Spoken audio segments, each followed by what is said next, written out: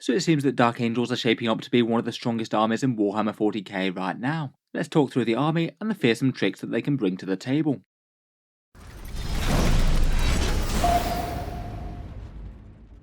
Hello and welcome back to Auspex Tactics, where today we're talking about the strength of the Unforgiven. In 40K's latest update in the Arks of Omen, things seem to have gone very right for the Dark Angels indeed, with both the Deathwing and the Ravenwing arguably some of the strongest ways that you can play Space Marines right now, never mind the fact that they're backed up by a whole load of quite good support options beyond that. In this video we'll talk about Dark Angels in Warhammer 40k and why they've gotten so good, talk about the power of the Ravenwing and the Deathwing, the other Codex rules, special characters and some standout units, and then finish up with some secondary objectives and a strong army list. Loads to talk about, so let's jump straight in. So prior to this big Arks of Omen update, the Dark Angels were doing okay for Space Marine chapters, though Space Marines in general weren't having such a good time of it. Their tournament win rate wasn't particularly standout at 42%, though okay for Space Marines, though I feel like Dark Angels have been an army in 9th edition wherever Space Marines get good, the Dark Angels tend to be foremost amongst them. They've got some really strong support options with some good characters and psychic powers. The Deathwing and the Ravenwing are arguably some of the best ways to field a whole bunch of units within Codex Space Marines, and they back that up with a whole bunch of unique units for them of their own. In Arks of Omen, I think they've got really strong now. I'd guess it's probably going to be them and Iron Hands fighting it out for the strongest chapter in 40k now. Obviously, Space Marines in general got an enormous power boost, with lots of units getting free war gear and things, but I feel like Dark Angels in particular stand out for a few reasons. The Ravenwing are enormous winners. Armour of Contempt going away for Space Marines in general means their Jink Invul save is a lot more important than it was before. A lot of the fast units got some very hefty points cuts, including things like multi-melter attack bikes, and they can now also have all-game Devastator Doctrine with their unique Ravenwing one, giving them absolutely ridiculous movement, particularly if they advance and still shoot their weapons and gain access to their 4+ Invul save. The Deathwing are also enormously improved as well, mainly just because the Terminator options are now kind of badly balanced. Storm Shield and Thunderhammer Terminators went down to 33 points, and Dark Angels have their unique Deathwing datasheet where they can even take some Cyclone missile launchers on top of that. That alone would be great, never mind them all having transhuman physiology all the time with their inner circle. Finally, Dark Angels just happen to be the chapter that can run Plasma Inceptors and get damage 3 for a 2CP stratagem. They're good at removing most things from the board, to be honest, and Dark Angels seems to be perhaps one of the better places to run them. Let's talk through the rules then and focus on their strength. We'll talk about their chapter tactic, then their Ravenwing and Deathwing first. The Dark Angels chapter tactic, as I say, is okay. A +1 to hit if you're stationary, and you get to auto pass combat attrition tests, so you might suffer a few less morale casualties. While +1 to hit, particularly at range, I think is really quite nice. Generally in 40k at the moment, you almost always want to be moving around, so you are going to be trading off some repositioning and getting line of sight on things if you are going to be wanting that +1 to hit. It still means that any static gunline elements of the army are stronger than they normally would be, and it's actually perhaps just as useful in the enemy turn. When the enemy charges you, you won't have made a move in their turn, so it usually means that Dark Angels melee units are +1 to hit if they're fighting in ongoing combats. In reality though, I'd consider that the Dark Angels get either Inner Circle on Jink on a whole bunch of their units, and these kind of feel like part of their chapter tactics. Inner Circle is the one that the Terminators get, plus Blade Guard and Dark Angels characters. It means that they auto-pass morale, but perhaps most importantly, infantry units can't be wounded on a 1 to 3 all the time, basically permanent transhuman physiology for those units, and it's a massive toughness buff for Deathwing Terminators. Normally Terminators would be just the sort of things that you want to fire heavy weapons at. They'd often be wounded on 2s, so being wounded on no more than a 4 is going to save them a massive amount of damage. It doesn't hurt on infantry characters either, though it does come with a small downside that you have to pass a leadership test to fall back, rolling 2d6 under your current leadership. The Ravenwing on the other hand get Jink, a 5+ Invul save at range if they're moving, going up to a 4+ if they advance, which they can now do a lot more of with that permanent Devastator Doctrine. As mentioned, it really is nice with the loss of Armour of Contempt. High AP weapons are going to bite into the Space Marine army a lot more than they were before, so they're more likely to actually make use of this save. Talking of jinking, let's start out with the Ravenwing, which perhaps might be the single strongest element of the whole Codex now. Discounted units, invul saves, and all game with their boosted Devastator Doctrine are a pretty potent combo. In the Dark Angels they have a bunch of unique units that get the keywords, but it is also things like any bikers and land speeders. Their unique Devastator Doctrine gives them a +3-inch movement across the board and allows them to advance and shoot heavy weapons as if they were assault weapons. It was pretty useful when it was just locked to one turn, but maybe a bit limited in scope. Now it's literally all game long. Ravenwing armies are just kind of terrifying for how far they can move and threaten. I feel like quite a lot of Dark Angels lists, if they have a hefty amount of Ravenwing, are probably just going to sit in Devastator Doctrine all game long, and embrace bikers that move 17 inches base, and say if you wanted to advance and shoot an attack bike, that'd be an extra 6 inches, so you can move 23 inches and still fire your multi-melters. They're almost certainly going to be getting the first strike with a whole load of units that can deal some pretty crazy damage and have access to some pretty nice buffs as well. The extra AP certainly doesn't hurt either, say for example having the extra AP -1 on Talon Masters with their heavy bolters and assault cannons. They will be tearing chunks out of most things on the board, particularly any sort of infantry. Beyond that, the Ravenwing have the option to get objective secured bikes and outriders if you're going for a full Ravenwing army. You can't just take a detachment of them anymore in Arks of Omen. I feel like this is quite a nice benefit if you are going full Ravenwing, though I think with some of the strength of the other units in the book I will be tempted to mix it up a bit, pass up the objective secured bikes, and maybe have your objectives held by durable Deathwing Terminators perhaps. Definitely seems like it's a viable option though. Then the Ravenwing have got a whole bunch of nice support stratagems as well. You can get a reactive 4+ invul save for a vehicle if you happen not to advance last turn. You could get that one if you were stationary as well, so you could maybe have a vehicle hover static and get a +1 to hit, and then use 1 CP to keep it safe. For 1 CP, you can have a unit basically cross the entire board in one turn, get an extra 12-inch normal movement in lieu of shooting or charging. If you ever need to reach an objective just about anywhere on the board, then that one seems good. There's a 2 command point 1 for a 12-inch pre-game movement. If you need line of sight on something, then that plus the Devastator Doctrine is likely going to get you wherever it needs to be. There's a 2 command point 1 to focus fire on one enemy unit. You mark a unit within 18 inches of a land speeder, and then basically your entire army gets a +1 to hit it for this turn. That one seems like it could be particularly useful if you need to focus down a big threat like a chunky unit of Terminators, or say an Imperial Knight perhaps, particularly if you're zipping around with advancing to keep your invuls up. This could counteract that nicely. Finally, there's a 2 command point 1 to fall back after fighting, 3 CP if you've got 6 or more models. That one means that you could potentially have a unit of Black Knights charge something, hit them all over the place with the Corvus hammers, and then just fall back before the enemy gets to strike back. Basically could allow you a turn of free damage against something that normally you wouldn't be able to afford to charge, and potentially get them yet more repositioning if they need it. Perhaps even more meaningful that one now they're usually going to have a 17-inch move with the Devastator Doctrine. Finally, for support, I feel like the Warlord traits aren't terrible, but a bit so-so. They do have 2 very nice relics though. The Reliquary of the Repentant is an ancient upgrade, and perhaps the biggest reason to take a Dark Angel's Ravenwing Ancients. It worsens enemy invul saves within 3 inches to no better than a 5+. Could certainly be very meaningful against certain elite foes that you're going to hit with a whole bunch of Melter or Plasma Fire. The other one that I think is very tempting to pick up is Arbiter's Gaze. This one's a Talon Master upgrade where they always get to hit on 2+ regardless of modifiers, and they also get to ignore cover as well. All very nice with the hefty amount of AP -2 shots they'll be spitting out in the Devastator Doctrine. Just to focus on a few key Ravenwing units, first up we have the Talon Master. He's kind of a lieutenant and a land speeder for 160 points, a great big 18-inch movement, and then packing a twin assault cannon and twin heavy bolters.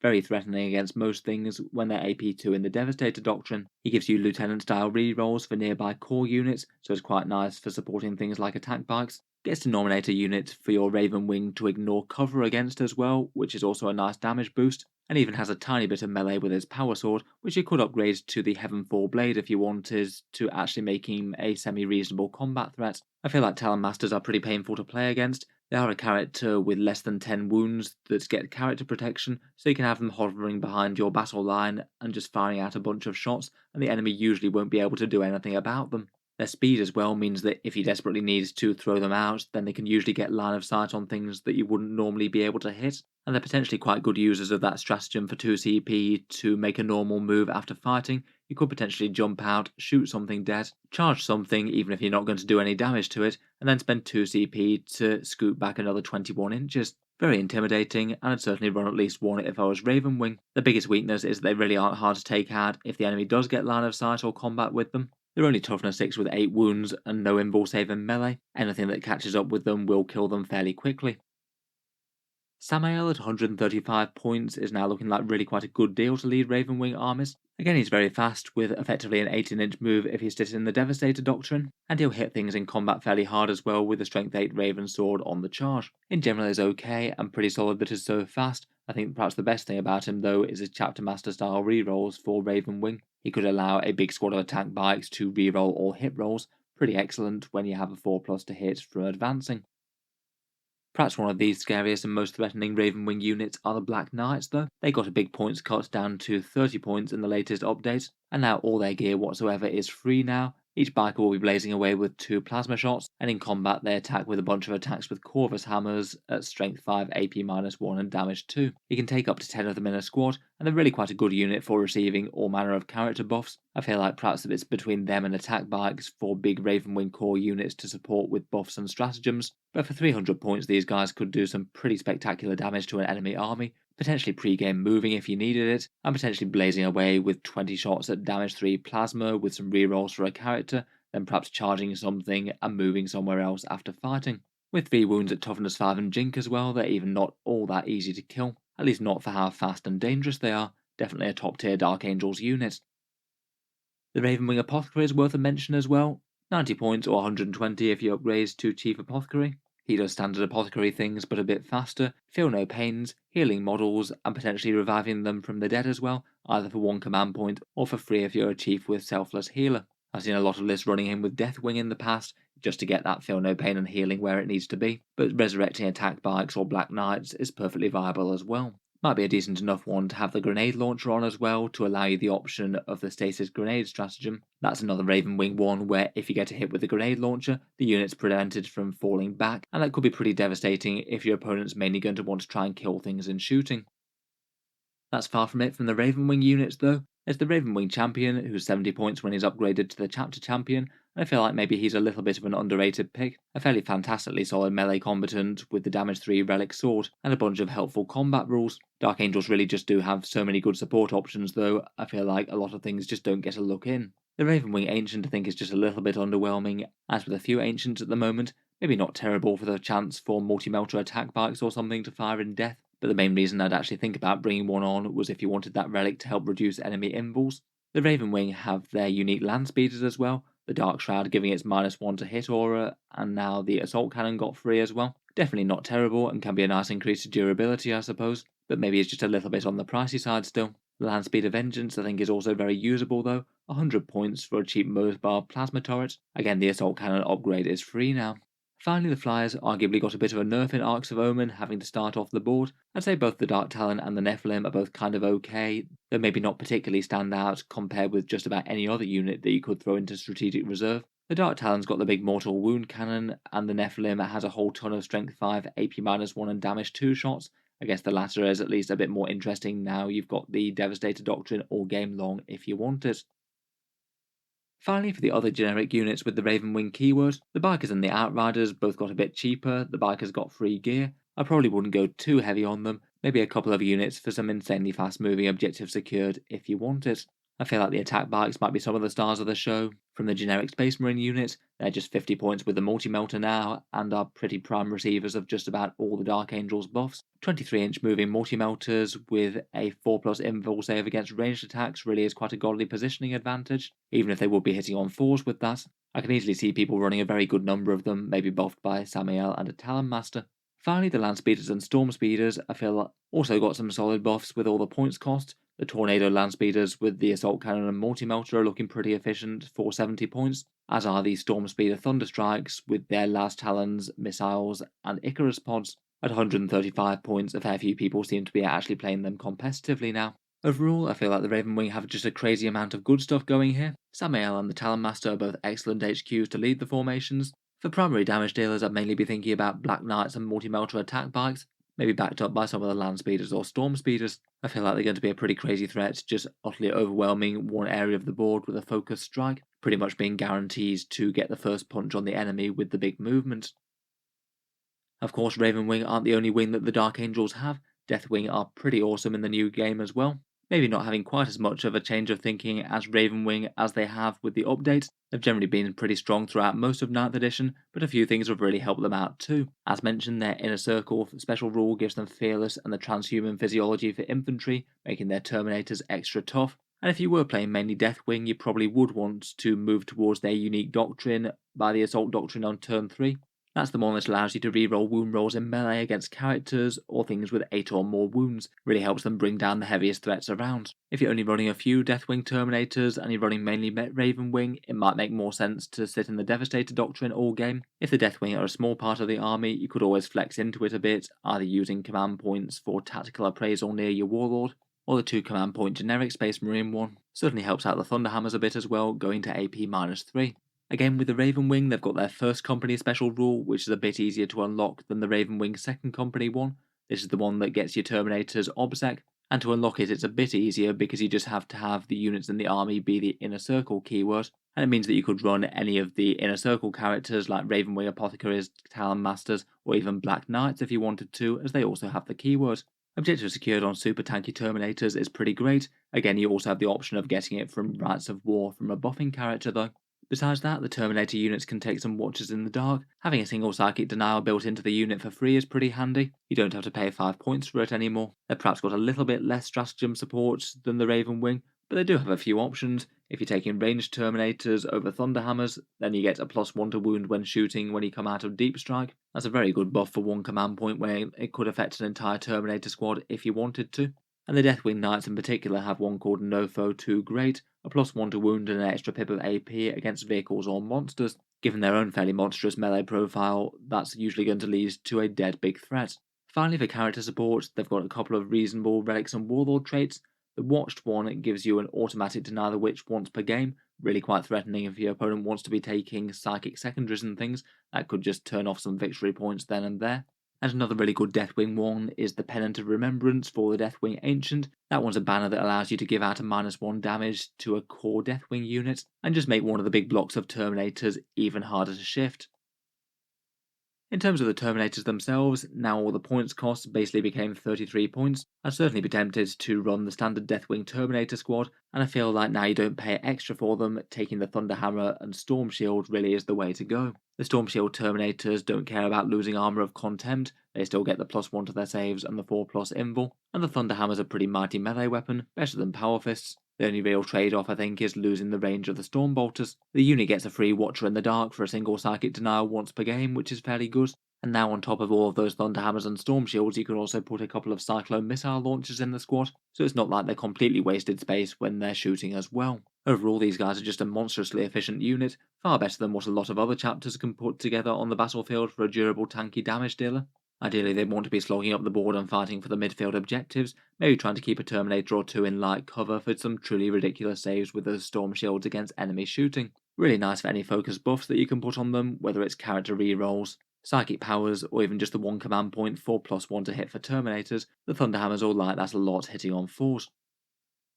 Currently, now given the points differential, I'd say that the Terminators probably outcompete the Deathwing Knights now, but I feel like the Knights are still usable if you want a unit that just hits excessively hard in close combat. These guys still have the same profile as the Thunderhammers, but they hit on 2s rather than hitting on 4s normally.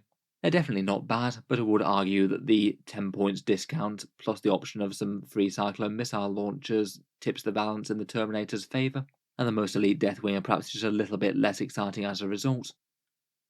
Otherwise, for Deathwing specific support options, there's also Grandmaster Belial. 125 points for a fairly solid support character. I'd say the main reason to take him is he gives Chapter Master style rerolls to a single Deathwing unit. 4 rerolls are pretty nice to hit both with Thunderhammers and with Cyclone Missiles. He's definitely no small threat in melee combat as well, usually having 5 attacks at strength 6, AP 4 and damage 3, and a sort of silence wounds anything that isn't a vehicle on a 2+ as well, just to add insult to injury. Definitely a strong buffing character, though he has got stiff competition with options like Azrael and Lazarus on the table. Otherwise, as mentioned, I feel like the Terminator Ancient is a particularly interesting choice for the Deathwing as well, mainly for the Pennant of Remembrance, though it could be a nice unit to put other buffing traits on, say for example Rites of War for objective secures. I feel like now the Thunderhammer and Storm Shield are free, probably the Ancient Terminator armor is the way to go rather than the Blade Guard Ancient. He could be good if you just want the Pennant in at the cheapest possible price. Otherwise, for the Deathwing, perhaps one of the other most interesting units is the Deathwing Command Squad. That can allow you just to get a couple of Terminators on the board for 35 points each. Again, they can take the Thunderhammers and the Storm Shields. Quite interesting for little disruptive models to hold down points or shield characters. Still pretty tough to remove with their transhuman physiology and not having to invest in a whole Terminator squad. I feel like the other Deathwing characters are usable enough as well. The Apothecary is 90 points for the heals and revives, though a lot of people seem to prefer the extra speed of the Ravenwing one. The Deathwing Champion again is a solid melee combatant, though he doesn't do much else, and Dark Angels have a ton of competition for good characters, and the Strike Master can be another useful generic buffing character if you want a thing that can bear a Relic and Warlord trait. He gives the Lieutenant rerolls, plus has a bit of melee threat of his own. Otherwise, you can pick up the other Terminator units and Blade Guard veterans. I feel like in general the Thunderhammer and Storm Shield ones are the best value for the points, though I suppose you could get a big unit of shooty Terminators and try and make the +1 to wound stratagem work. It could also be an option if you just want to play nothing but the army of Thunderhammer and Storm Shield Terminators. You could max out the Deathwing Terminators and then buy in a couple of Terminator Assault Squads perhaps. You could have 50 Terminators with the Storm Shields and objectives secured and transhuman physiology, something that the opponent's almost certainly going to struggle to remove from objectives. It doesn't end there though. While I'd rate the Ravenwing and the Deathwing as perhaps the strongest elements of the Dark Angels army, there's plenty more going for them. More generic relics and warlord traits, stratagems, great psychic powers, and a bunch of other useful characters. For the warlord traits and relics, I think I would generally be looking at the Ravenwing and Deathwing specific ones first. As I mentioned earlier though, the Heavenfall Blade can be kind of interesting on a Talon Master to actually make it into a bit of a melee threat as well as just a ranged one. It's +1 attack, strength +2, AP -4 and damage 2. Pretty big upgrade over a standard power sword. Definitely gives a Talon Master a few more options, even if you still want to play carefully with them. Otherwise, if your army is one that's going to be moving forward towards the Deathwing doctrine, then the Brilliant Strategist one can help out. That can return a nearby unit to the previous doctrine, potentially giving you something like a couple of turns worth of Devastator doctrine or Tactical doctrine if you needed to. Otherwise, there's one for +1 to advance and charge, handy enough for slow moving Deathwing to try and get them across the board that little bit quicker, and one where your Warlord gets to wound infantry and bikes on a 2+. Not a terrible melee one, but won't help against the harder targets. For more generic Dark Angel stratagems, they do have a few other decent options. 2 CP to fall back and shoot is handy enough. Maybe useful if something like Plasma Inceptors get tagged. A lot of Ravenwing units will be able to make use of hit and run warfare though for one command point, so it might be a bit redundant for them.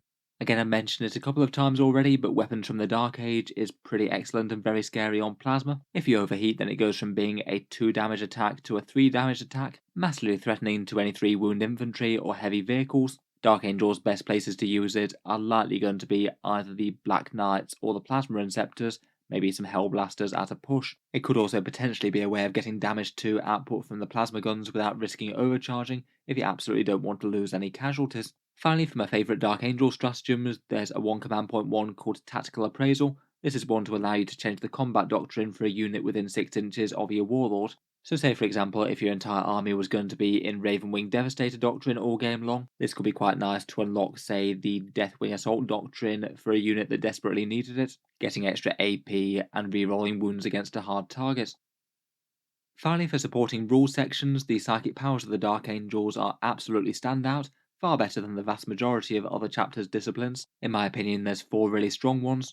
Mindworm for a 1 mortal wound and fighting last, really good for dictating the flow of combat. Righteous Repugnance for re-rolling all hits and wounds in melee, a spectacular damage buff for Deathwing getting stuck in, or maybe even some Ravenwing Black Knights or something if you could get in range for them. Engulfing Fear is one that strips enemy objectives secured and also makes them -1 leadership. Again, very handy to have on objectives, particularly when you might have your own objective secured from Rites of War, potentially on the same character. And finally, Mind Wipe to mess with enemy support options, turning off an enemy's character aura for a turn, maybe a little bit matchup dependent as to what sort of rules the opponent's using. Breaking one key part of a big castle could be pretty massive though. I feel like any of those are very usable indeed, probably cast by Ezekiel as he's just very efficient for that.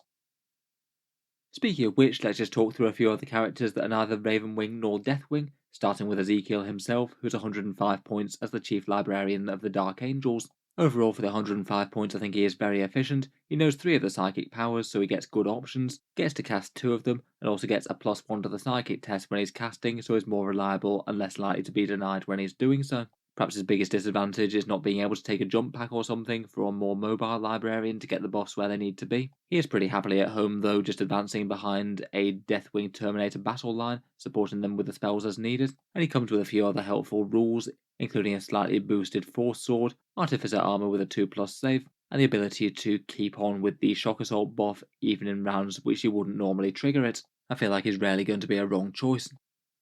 Azrael himself is very good value as well, 140 points, and soon to receive the shiny new model. We are rumoured to be getting a slightly updated datasheet for him with some small stat line boosts. The Dark Angels Chapter Master has a reasonable enough melee profile with some damage to attacks with some mortal wounds, plus a boosted combi plasma, but beyond that he also provides an extra 2 extra command points, which is really quite a big deal. Chapter Master rerolls for a unit each turn, very nice for something like a big unit of Ravenwing or Deathwing.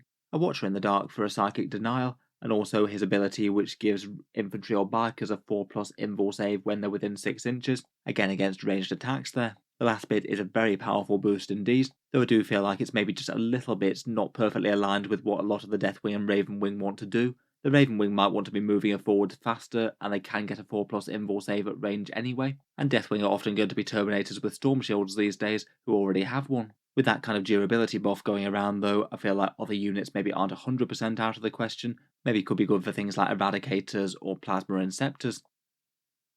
Master Lazarus is also solid enough as well, 100 points for a fairly standard issue Space Marine Captain with a Mastercrafted Power Sword.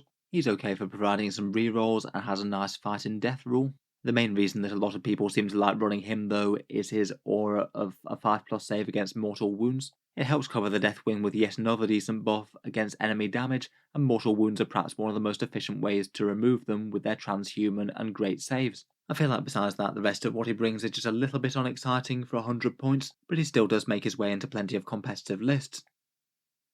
Finally, for the Dark Angels characters, we also have the Interrogator Chaplains. I rank the generic ones a fair bit stronger than Asmodai, to be honest, as they've got a bit more flexibility with becoming Masters of Sanctity and getting the 2+ to cast the litanies. They've got a slightly improved profile compared with generic captains, can get a Power Fist included for free, and also have a fairly interesting option to take a Chainsword and upgrade it to the Teeth of Terror, and then use their Mantra of Strength to make it damage 3 and hit the enemy with a bucket load of attacks. I feel like Chaplains are useful enough for Dark Angels in general though, particularly Deathwing. Getting a +2 to charge for them can be pretty nice to get them across the board, and they can be another source of a shrug off of 5+ for mortal wounds and melee rerolls.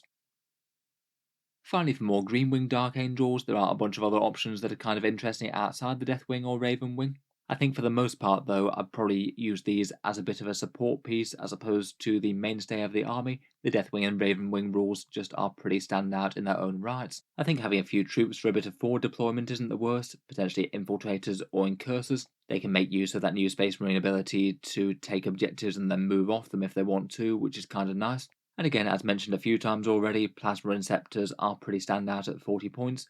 A unit of 6 of them could be spitting out something like 36 shots against a unit with more than 5 models with their blast weapons, and then you could pay 2 CP to make all of those attacks damage 3. If the stars align for them like that, then in theory you kill something like 11 non-Deathwing Storm Shield Terminators. The numbers really are pretty silly. Ideally you want a source of reroll ones to hit for them to stop them just overcharging themselves to death. But in general, they feel like a unit that's going to trade out well against a bunch of any elite infantry that the enemy has and can threaten most things. Otherwise, just building around the chapter tactic, anything that likes the Devastator Doctrine or having static firepower is useful enough. If your arm is mainly Ravenwing, you could think about something like Las Cannon Devastators, I guess. Maybe not the worst unit at 115 points to hold down a home field point, or putting out a whole load of scary firepower. Otherwise, I feel like a bunch of units get a bit more interesting for getting Azrael's 4+ invul save. Maybe things like Eradicators or Aggressors could be kind of interesting there. They're both dangerous enough in their own way with their damage profiles, but maybe just a little bit lacking on the survivability front, and a 4+ invul save definitely helps with that. Still though, even with that, I feel like people might be hard pressed to take Aggressors over Deathwing when they're available. Finally, for Dark Angels rules, if you're playing with secondary objectives, then their offering in the Arks of Omen tournament pack aren't too bad. I feel like Oaths of Moment is probably the standout one for them, really solid with some tough Deathwing holding the centre of the board. Having access to some of the tankiest units in the entire Space Marine arsenal goes with that one very well. All you have to do is do that, kill a few key targets and not fall back too much, and you're likely on for a very high score. I feel like Codex Warfare is particularly interesting as well with the Ravenwing Devastator Doctrine. You get 2 victory points for any enemy unit slain with heavy weapons. If you've got perhaps a bunch of attack bikes and a Talon Master or 2 on the go. Again, in some games I feel like that's going to be one that you're going to struggle to score too low on. Then a unique one is Stubborn Defiance, hold 1 midfield objective for multiple consecutive turns, though I feel like this one's maybe a bit of a gamble on just winning the damage game overall. If you miss a turn for it, if the opponent manages to get it away from you in some sort of gamey way, then it does get punished pretty hard as well. You'd have to park something durable like Deathwing on it for most of the game. Finally, the other generic Space Marine one, Shock Tactics, is good enough. 4 victory points for taking an objective the opponent held at the start of the turn. It's likely going to happen at least a few times throughout the game if it's in some way balanced. Again, a fairly reliable 8 or 12 victory points. They might need a bit of luck to score higher than that. Overall, of these, Oath of Moment and Codex Warfare are perhaps the most interesting. Oath a bit more if you've got lots of Deathwing, Codex Warfare more if you've got lots of Ravenwing. Finally, to round up, here's just one strong army list that's proven itself good in Arks of Omen. This one I've talked about on the channel earlier by Adamian Ridgewell. He used it to take second place at Uprising Adelaide, an enormous tournament of over 200 players. Definitely a strong enough list to work against a field of competitive armies. The detachment uses the Arks of Omen detachment with the elite focus plus a heroic support for an extra captain, and overall it's a fairly even balance of Deathwing and Ravenwing. 22 Deathwing Terminators with Thunderhammers and Storm Shields, one small command squad of 2 models, then 2 big Terminator units with 2 Cyclone missiles in each. They're backed up by Lazarus, who can give them the 5+ Feel No Pain against the mortal wounds. A Deathwing Ancient that's upgraded to Chapter Ancient to give them an additional melee buff, and he takes a Thunderhammer Storm Shield, the Watched Warlord trait for the automatic denial, Rights of War for the objective secured, and the Pennant of Remembrance. The army is just in general supported by a Ravenwing Chief Apothecary as well, who takes Selfless Healer. He can resurrect a model from the dead each turn. Definitely helpful if he could get in range of an attack bike, but I feel like just resurrecting the Terminators is maybe a bit more reliable. Then there's the Ravenwing component, 3 units of 3 attack bikes with multi-melters for a pretty devastating alpha strike, potentially moving 23 inches, then meltering if they need, and they're supported by Samael for some rerolls to hit, plus melee support, and then a Ravenwing Talonmaster with all of his own scary guns, rerolls to wound, Arbiter's Gaze for the boosted fire, and ignores cover for the attack bikes. Overall, it's a pretty brutal hammer and anvil, where the Ravenwing can just annihilate one section of the enemy's elites, the Deathwing can stomp onto midfield objectives, and then there's a couple of squads of Primaris Infiltrators with Helix Gauntlets. Potentially they could get to work on midfield objective actions and things, or just hold down the home field objective and ensure that enemy units can't come in too close. Overall, looks like a very strong example of what Dark Angels have to offer. Obviously would have had to be paired with a very good player to take second at an event like this, though I do feel that Dark Angels at the moment are really an army with a whole ton of different options. I feel like you could build some very heavy lists focusing on either Ravenwing or Deathwing, or mixing in a bunch more Greenwing type units, and still do very well indeed. So anyway, I think we'll leave that there for our overview of Dark Angels in current 9th edition Warhammer 40k. As always, let me know your thoughts down in the comments below. Any other tricks or strategies with Dark Angels adapting to Arks of Omen are always appreciated. If you've enjoyed the video, then feel free to subscribe to Auspex Tactics. I'll also leave a link to a similar video that I've done for Iron Hands recently down in the video description too. Definitely another up and coming chapter at the moment that can pack some ridiculous firepower. Finally, if you have been enjoying the videos on the channel, I would just like to mention that Auspex Tactics does have a Patreon page as well, and you can find that linked in the video description. The channel's Patreon page is what allows me to keep on making videos like this quite so regularly, and if you are enjoying quite a lot, then any support is enormously appreciated. Channel patrons do get a fair few advantages, seeing certain videos early, regular votes to see what sort of things come next on the channel, and automatic entry into the regular prize giveaways with a chance to win some really big model kits each month. If any of that sounds good to you, or you'd just like to help support, the link is down in the video description. In any case, a massive thank you for listening, and I'll hope to see you guys next time.